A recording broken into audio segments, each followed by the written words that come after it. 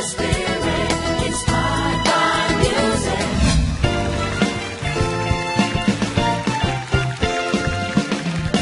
Third contestant natin, kahit wala daw siyang formal na pag-aaral sa paglikha ng awit, naging guide ni Jeannie Adilan ang panonood niya ng ating programa para makabuo siya ng awit na papuri sa Panginoon. Panoorin po natin to.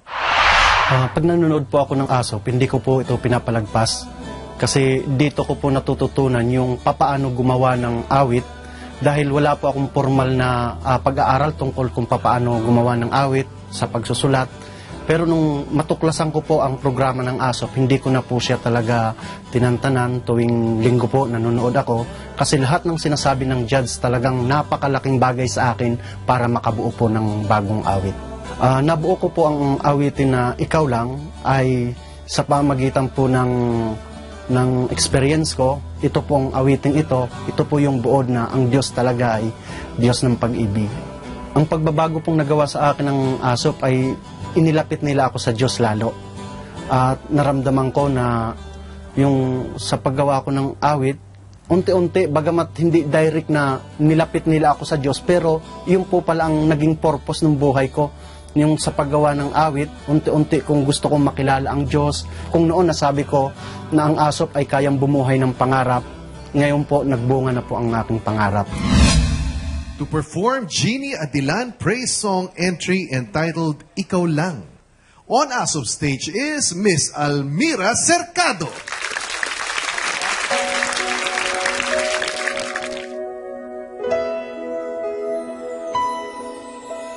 Wala pa man ako dito sa mundo, nasa isip mo na. Nabigyan ako ng buhay at muling kawangis mo pa.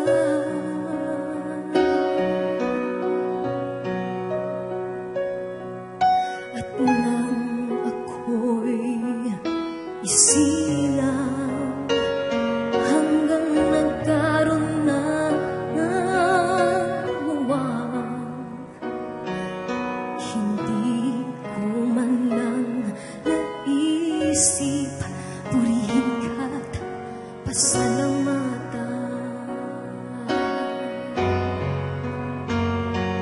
Hindi mo alintana sa bawat araw, nasasaktan kita. At hindi man lang nagdahilan upang ako'y iwan mo na.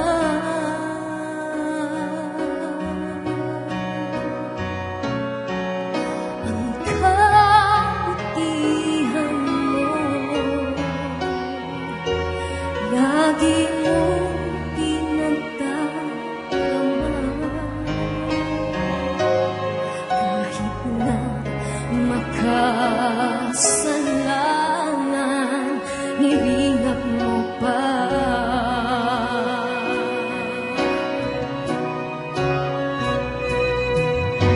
Ikaw lang ang nagmahal sa akin na ganito.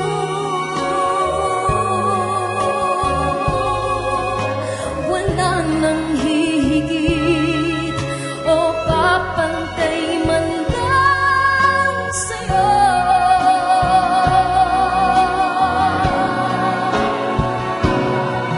Ang langit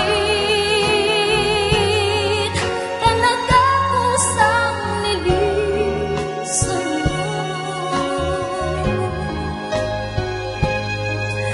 Inialay ang buhay at tinubos ako.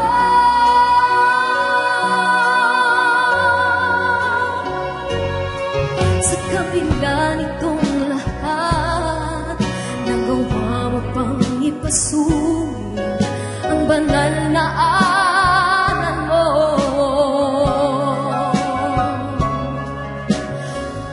Manas ako at manang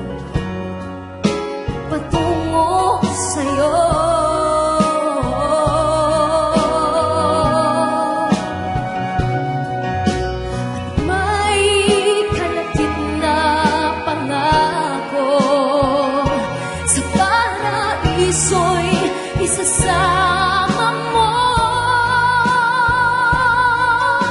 Ang magulang ngayon'y maglilingkod sa'yo.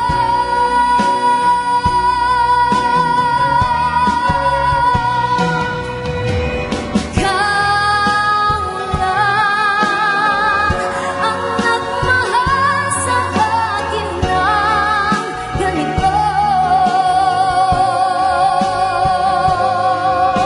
Walang nang hihigit o papantay man lang sa'yo.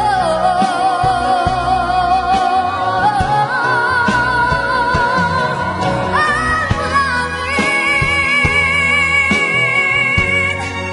talagang kusang nilisan mo. Iniangay ang buhay at tinabasan ka.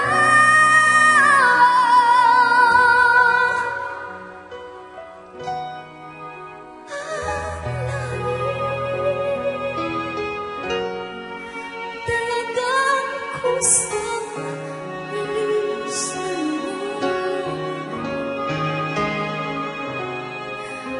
Inialay ang buhay at tinubos ako.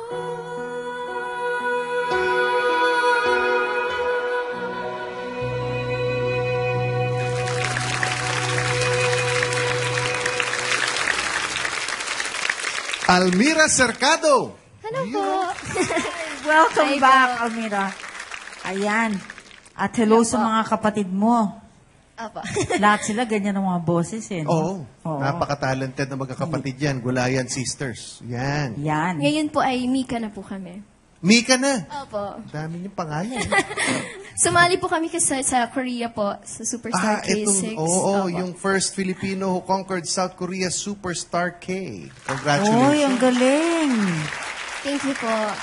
So, yun po. Sumali po kaming Golayan Sisters. So, sabi nila, text votes po in Korean. Mahirap intindihan. So, GS ginawa namin. Sabi company daw. So, pagdating po namin doon, gasoline station po pala yung GS. Binago. Yung initials po namin, pinagsama-sama namin. Maylene, Irene, Salina, Almira. Ayun. Mika. Kaya Mika. Pwede. Ayun. Okay. Okay. Tawagin na natin ang iyong composer mula sa General Trias, Cavite. Ito po si Jeannie Adilan.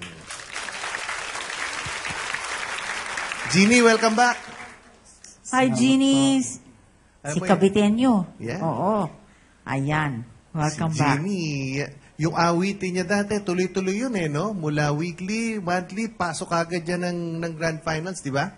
Ayun. Kamusta na tayo? Ano na bago? Okay lang po. Bali, nagpapatuloy po sa panonood at sa paggawa ng kanta. Yun ang gusto ko maganda, marinig. oo. Yan. Yes, Maraming so- salamat, Jeannie. Alam mo na naman ang sistema natin dito, no? Opo. Hingang malalim. Sino gusto mo una kong tawagin? Yung pinakamaganda po. Lagi pinakamaganda. Pinakamaganda. Iisa lang ako nang dito na maganda. Kung may maganda sa kanila, naku, mag-isip ka. Judge Ben de los Reyes. Hey. You know, first, I think I saw apat kayo, no? Yes, Napanood ko ma'am. yata kayo sa YouTube. Para rin kayong mga Koreana na eh. Did you sing Let It Go? Or Yes, some- ma'am. Oh, that was beautiful. Really. Napanood ko yon. Galing. Thank you po. You know, when I listen to songs, like beautiful songs like just what you just sang, it makes me proud to be a Filipino. Ang gagaling ng Pinoy talaga. Lahat ng contestants ngayong araw na ito ay magagaling lahat. What else can I say? You know, it's a beautiful song and you sang it so well. The lyrics are, well, kung ako yan, mahirapan ko i-memorize. Ang dami, kailangan ko ng prompter. But ang ganda nung build-up. Well, I was syempre nakikinig ako, sabi ko, ano kaya, saan kaya pupunta tong kantang to? Saan pupunta, no? But nag-build up siya and maganda ang lyrics mo. And pang-contest talaga yung kanta, di ba? So, Wala na ako ibang masasabi pa, kundi na ako'y na-touch. You? Okay. Thank you. Thank you, Judge Che. Sino susunod? Ipahuli na po natin si Doc. Ay, hindi. Sige, pahuli na natin. Judge Jet Montelibano. Buti na lang. Bakit? First of all, the performance. I could hear you pray rather than perform. It's beautiful. Salamat po. Nice. And I think you couldn't have chosen a better interpreter than the beautiful lady up there. Nice. Salamat po. I love the song. I love the whole content and the music of it. My only comment is, parang ang feeling ko lang, there are too many phrases before it gets to the point. Before it gets to what your message is saying. But overall, I like the song. Really, I do. Thank you, Judge Jet Montelibano. Doc Mon del Rosario. Na-challenge ako sa kanta na to. Bakit? Maganda siyang specimen eh. Or? Ng panghimay-himay. Sige. Daanan ko. Ito yung mga nakita ko dito na malakas na siya. And interpretation is superb talaga. Pero ito ayusin natin. Sa lyrics, himayin ko malinaw naman ang storya. Okay. Kaya lang, itong verse 1 mo, doon muna tayo sa verse mo, no? Ito yung problema sa, lagi kong binabanggit, ang melody, may sarili siyang istorya. Ang lyrics, meron din siyang sariling istorya. Kailangan, yung mga istorya na yon, yung haba ng istorya, yung umpisa at hinto, kailangan magkakatugma. Otherwise, ang nangyayari, meron kang error in syntax. No? Yun yung technical term doon. Ito yung i-explain ko mabuti. In terms ng melody, sa 3 lines, natatapos, first 3 melodic lines mo, natapos yung gusto sabihin. Tapos, yung sumunod na next 2 melodic lines mo, may sarili siyang takbo. Okay, so 3-2. Ganun. Yun ang formula, no? 3-2. Sa melody. Pero sa lyrics, hindi nagtutugma. Hindi mo tinapos lyrically yung gusto mong sabihin sa 3 melodic line credits mo. Kasi yung susunod na 2, may ate. So, hindi pa nakokompleto yung sense ng first 3 melodic lines mo in terms ng lyrics. Puhang ba? So, ang suggestion ko dyan, tapusin mo yung sense noon. Meron kang 3 melodic line credits, meron kang 3 lyrical line credits, tugma sila. Dapat matapos. Yung susunod na sasabihin mo, huwag mo uumpisahan sa at. Kasi pagka nag-umpisa ka sa at, ibig sabihin, hindi pa tapos. Yung gusto mo sabihin. Ganon din na napansin ko sa verse 2 mo. Ang chorus mo, walang problema. In fact, the rest of the song ay maayos naman. No? Yun lang. Yung syntax na yan. Punta naman tayo sa melody. Basically, yung struktura ng melody mo, malinaw naman. Kaya lang, yung section mo rito, teka ha, 1, 2, 3, 4, 5. Yung second half ng what is labeled as verse 1, actually pre-chorus. Pre-chorus siya.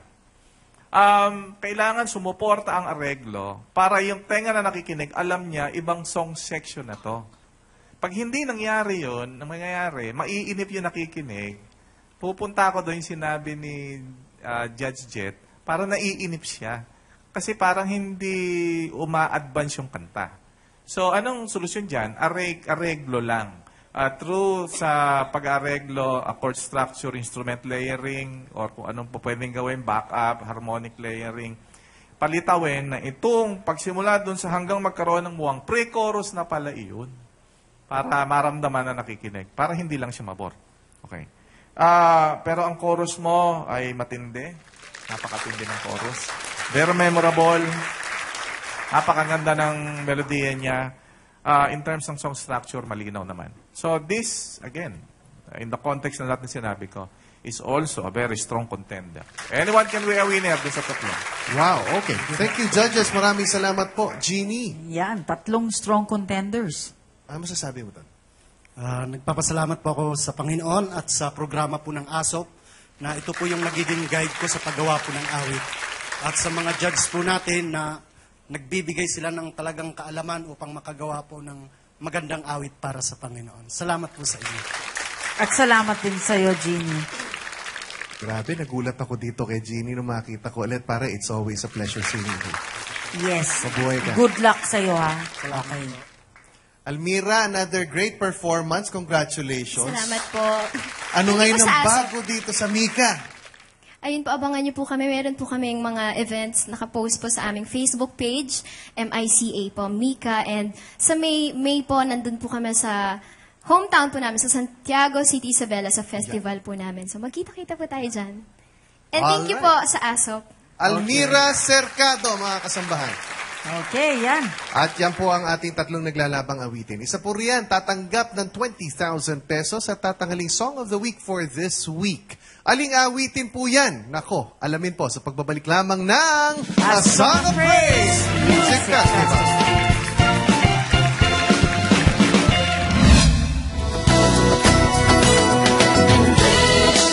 Don't go away. ASOP will be right back. The song of praise.